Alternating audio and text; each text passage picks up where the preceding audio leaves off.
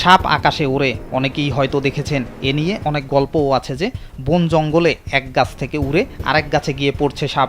কিন্তু কিভাবে সাপ উড়ছে, এতদিন এ প্রশ্নটি শুধু রহস্য হয়েই বিজ্ঞানীদের মাথায় ঘুরছে। এবার সাপের আকাশে ওড়ার রহস্য উদ্ঘাটন করেছেন যুক্তরাষ্ট্রের এক বিজ্ঞানী।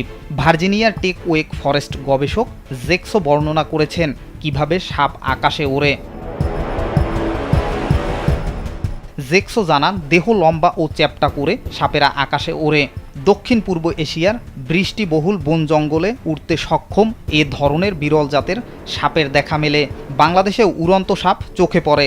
সাপ সরীসৃপ প্রজাতির প্রাণী।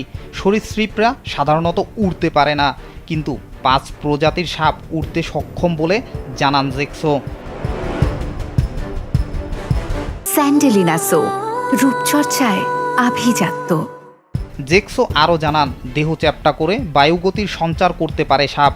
এ গতির ফলে কোনো প্রকার ডানা ছাড়া উড়তে সক্ষম এ 5 প্রজাতির সাপ। এছাড়া তারা নিজেদের শরীর ইংরেজি এস অক্ষরের আকৃতিতে বাঁকিয়ে 100 ফুট পর্যন্ত লম্বা গাছে উঠতে পারে। ওড়ার সময়ও সাপেরা তাদের দেহ বাঁকাতে থাকে। সাপেদের ওড়া দেখে মনে হয় ওরা যেন সাঁতার কাটছে। পুরো শরীরটাকে একটা উচ্চতার স্তরে নিয়ে যেতে সক্ষম তারা।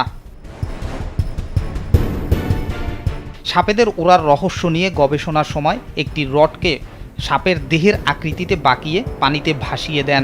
রডটিকে দেরিতে ডুবতে দেখা যায়।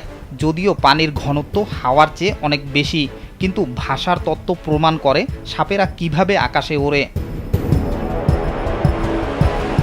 এই গবেষণার ফলাফল দ্য জার্নাল অফ এক্সপেরিমেন্টাল বায়োলজিতে সম্প্রতি প্রকাশিত হয়।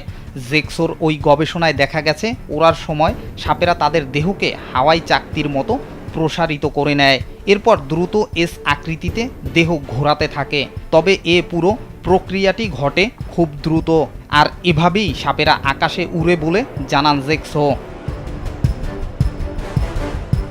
সাকিবুল ইসলাম সুজন, কালবেলা।